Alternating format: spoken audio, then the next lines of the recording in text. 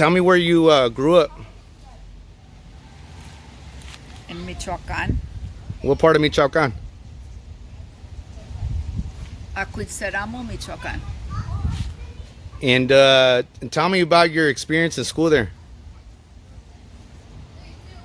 ¿En español o en inglés? However you like. What do you mean my experience in school? Yeah. I was talking to you the other day, and you and my tia were telling me about how the teachers were real mean, and instead of being in class, you guys would just go to the rio.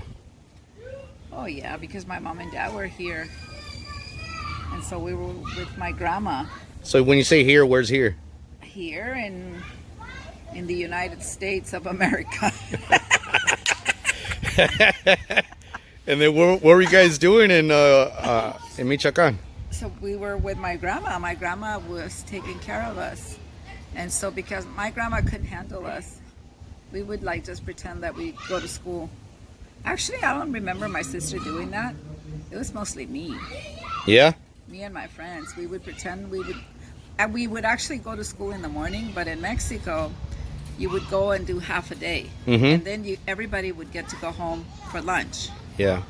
Well, after having lunch, we would pretend that we were going back to school, but we were not going back to school. All our friends would gather up and we would go to the river. Oh, yeah? And we would go play, they used to call it comadritas, which was like playhouse or something like that. Yeah. And that's what we would do. We would take sheets and make like a little shading area Yeah. by the river, and we'd be there all day long until it got dark. And how old were you guys? Oh my God, I must have been around 7, 8 years old, Yeah. 9, 10. And is it true that what my tia said? They used to, the teachers used to hit kids in the class with the ruler on their hands and Yeah. put donkey ears on them and stuff? Yep, if you didn't behave, they used to put a rubber band. It was like the like the donkey ears made out of cardboard. Yeah. And with a rubber band, and it was really tight around your hand, and it was like punishment or like grounded. You were grounded for a little while, and that's how they would do it. And also, they would put the donkey ears to embarrass you in front of the class. Right. Like you're a burro, like you're not smart, you're not learning, you're not paying attention, so you're just gonna grow up to be dumb like a donkey. Did they ever do that to you, Ma, or not? I don't remember that. Nah? But it did used to happen? Yeah. Yeah. Or they used to come around. If you were not paying attention, they would just come around and the teacher would say, "Hey, let me see your hands." Boom, with a ruler. They would hit you on the palm of your hands with a ruler. But they did it in Spanish. Of course. Can you demonstrate me in Spanish how they did it? In Spanish? I don't know, but they would just hit you. Sea, ponme tus manos. Uh-huh. Y boom, te daban con la regla. They were mean teachers. Yeah. And then how old were you when you came to the United States? I think I was about 10 or 11. 10. I think 10. I think so. And when you were 10 years old, you say you guys came as residents, right? Yeah. How was my grandpa able to get that done and stuff? Do you know? Because my dad was already a legal resident. Okay. So as a legal resident back in the day, it was, you would just need to have enough money to process the paperwork. That was a little expensive because you would have, from where we live, I guess the closest immigration office where they needed to go fill out and file all the paperwork was in the city of Mexico. Mm-hmm. It was far from where we live, so we would have to take a bus to get there, and then we needed money for a hotel. We needed to stay. We stayed there for a couple of weeks. So back in the day, it wasn't easy for parents to have enough money to stay in a hotel and stuff like that. So it was kind of an expensive process. So we stayed in the hotel in the capital of Mexico because you know, you file the paperwork, and then they tell you to come back another day to do fingerprints and all kinds of stuff that I don't even know what it was. But the process, it took a while. Yeah. And then once the paperwork was done, then it would actually, I think it took like 3 months. So my mom actually came back over here. Mm-hmm. And then when they got notified that everything was done and everything was going to be finalized by a certain day, then my mom went again. To Mexico? To Mexico. Mm-hmm. And then we came through Tijuana. And there was like an INS office there. So Mm-hmm. we just, and then, you know, we went to the INS office. It was like in the borderline. And we gave them our names, and there they already had our green cards. Yeah. They handed the green cards to us. Oh, okay. But everything was already What done. year was this, Ma? I have no idea. I don't remember. Back in the day, huh? I just remember that I was about 10. Well, I'm gonna be 61 now, so Uh-huh. Te miras como 31, Ma? you figure it out.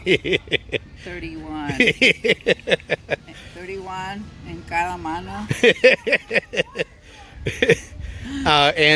So when you first came to the United States, you began working? Yeah, we started going to work like on the weekends. My dad used to take us on the weekends. And what kind of work? I don't remember exactly what we started doing, but I know it was field work.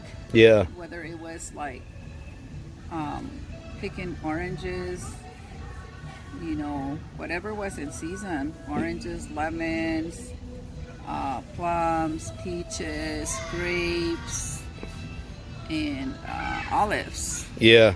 Everything pretty much we did. We used to do when there was no work, like in the oranges and all that other stuff. We used to go. They used to call it asadón, and basically what you're doing with that, you know what is asadón? Nah. I don't know what it is either. I mean, I know what it is, but I don't know cómo se dice en inglés. Well, just say it in Spanish. Un asadón. Asadón, pues, ¿qué es asadón? Dime en español. It's una cosa. See, like that thing over there. What? Instead of having like 3 picos, like that thing that has like the rake, Oh, the pitchfork. it has only one, like this big wide knife. Yeah. So you use it to like get rid of all the weeds Yeah.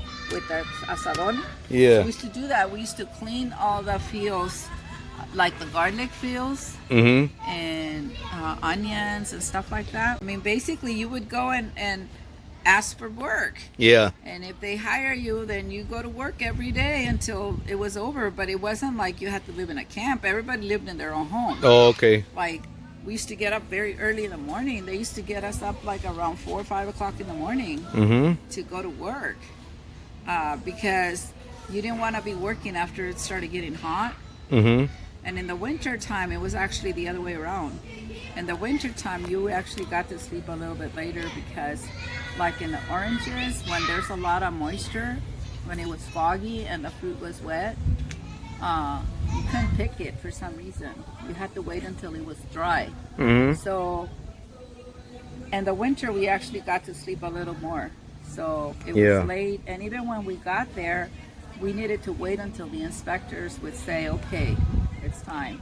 They would go and check in the fruit and stick a thermometer in there. Yeah. And I don't know what they did, but sometimes it was 11 o'clock and we were still waiting for them to give us the okay to start working. Mm. And Mom, tell me about your experience in school and over here in the United States and in Porterville. Did you move to Porterville when you first came here? Was like the family already here and settled here, or what? Yeah. Yeah. My dad was already here. He was renting a house. Mm. It was a house. It was a 3-bedroom house, and but he was renting. Yeah. So when I came, they were already living in that house. Mm-hmm. And then we were there for just a little bit, like maybe a year or two, and then my dad bought this house. Yeah. So I was 13 when my dad bought this house. Yeah. And so we lived in this house ever since. For people that don't know about Porterville, can you describe Porterville? Porterville. Man, I don't know. I've been away from this town for so long that it's just a little town where everybody knows each other. Yeah. I mean, pretty much. I mean, you won't because you didn't grow up around here, but Yeah. like if I go to the store, I mean, most likely I'm gonna see people that I know.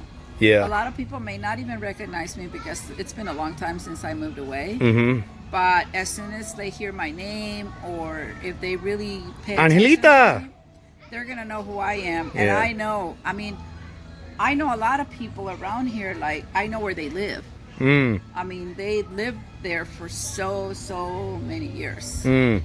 And so yeah, if I go around knocking on people's doors, I know who they are, and they know who I am. Yeah. Because it was like people used to follow each other for some reason. There's a large crowd of people from the same town of Acuitzeramo, Michoacan, Yeah. here in Porterville. And then there's another large group in Orange County, Corona, Oxnard, Mm-hmm. I guess just all over the place. But there's a big community, I guess you would say, here Yeah. in Porterville, of people that, you know, they came here years ago. So people might have known each other when they were back in Mexico, and then around the time that we came. But if, you know, they've had their families and their kids have grown, and of course, you know, now, you know, like the younger generations, they don't know each other. Yeah. But the older generations, we know everybody. So can you tell me about your school experience when you came here when you were 10 years old and you started going to school here? It was not very good. I hated it. Why? First of all, because I didn't speak English. Mm-hmm. And so I remember sitting in the class, and you know, they usually start with the kid in the front, and then they would give you like your assignments, and then you pass it, you know, Yeah. down the line. And then they used to give you like so much time to do your assignment, and then the teacher would say, okay, we're gonna have to turn it in. I would turn in everything in blank. I never did any work in the classroom because I didn't know any English. Nobody spoke Spanish, Mm-hmm. and there was nobody there to like teach me Yeah. English or anything. So it was very hard. I was so bored. I just sit there all day. So I hated it so much Mm-hmm. that my parents, they didn't even know for a long time. But I used to like get ready to go to school Mm-hmm. and pretend like I'm gonna go to school, and then I would not go to school. Mm. And I would just walk around the blocks over and over until By yourself or with my tias? by myself. Oh. They went to different schools. Oh, okay. You got to remember, Alice is about 4 years older than me. Oh, yeah. No, so it was just by myself, and because I didn't want to go to class because I was so bored and I didn't know what to do, and I felt embarrassed and I felt really bad because I didn't know how to do any of the work, and there was nobody that could explain to me. Or Yeah. it wasn't until like the third year that they actually had like What grade were you in then? 6th grade. Uh-huh. I think it was not substitute teachers or teachers' aides, I guess you would say. Mm-hmm. They hired teachers' aides that were actually hired to teach all these kids from other countries that didn't speak English, to teach them. So you would actually come in the morning, check in with the teacher, and then you would go to that class. Yeah. But that was the third year that I was already going to school. And then, like I told you before, my dad used to always, like, we never really had a full year of school. We used to like start when the school started in the beginning of the year, and then if it was like the pear season or whatever, my dad would say, oh, you know, we're gonna go to Ukiah for the pear, and he would take us out of school. We'd be over there for 3 months, and then after that he would take us to Madera because it was time for the grapes. Mm-hmm. And then after that we would come back and he would say, oh, well, the year's almost over. and the season for the olives is coming soon. So we'll just wait till next year.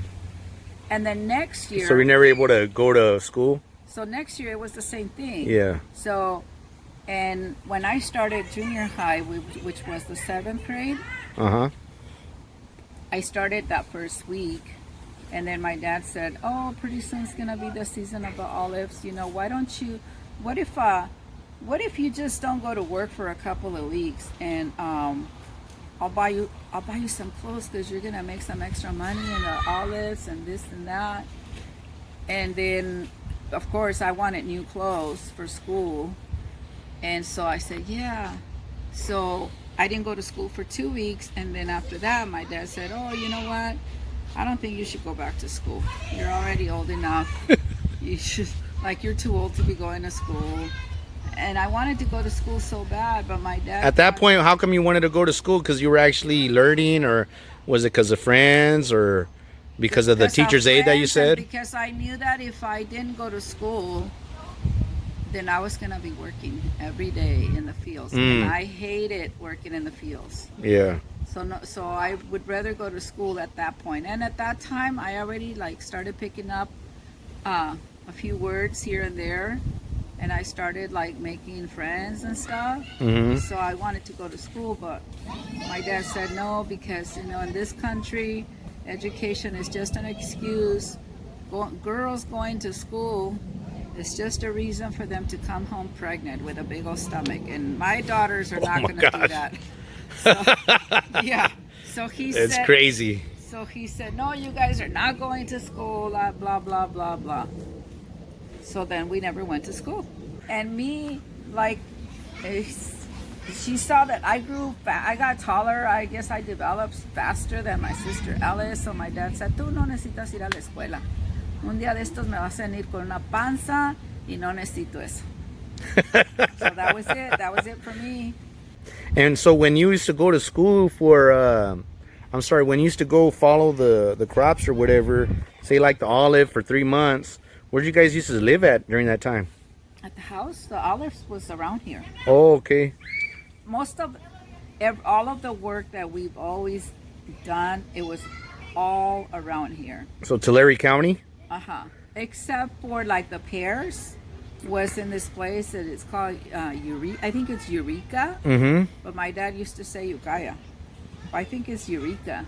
And then from there, by the time we were done with that, they used to go do grape, but it wasn't like table grapes. It was grapes for the raisins. That was in Madera.